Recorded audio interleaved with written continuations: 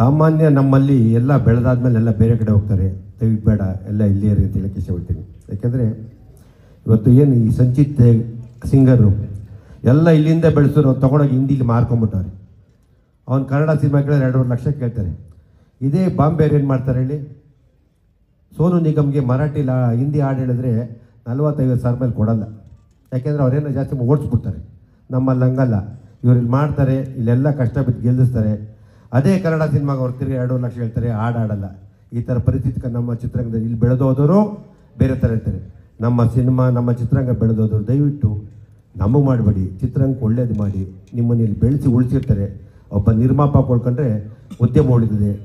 ನಿಜವಾಗ್ಲೂ ಒಂದು ಕಾಲದಲ್ಲಿ ಕನ್ನಡ ಚಿತ್ರರಂಗನ ಏನು ಅಂದ್ಕೊಳ್ತಿದ್ರು, ಇವತ್ತು ಇಡೀ ಭಾರತೀಯ ಚಿತ್ರರಂಗ ತಿರುಗಿ ನೋಡ್ತದೆ ನಮ್ಮ ಚಿತ್ರರಂಗನ. ನಿಜವಾಗ್ಲೂ ಖುಷಿ ಬಿಡಬೇಕು. ನಾವೆಲ್ಲ ನಮ್ಮದು ಅಂತ ಯೋಚನೆ ಮಾಡಬೇಕು, ನಂದು ಅಂತ ಯೋಚನೆ ಮಾಡ್ಬೋದು. ಚಿತ್ರರಂಗ ತುಂಬ ಒಳ್ಳೆಯದಾಗಲಿ.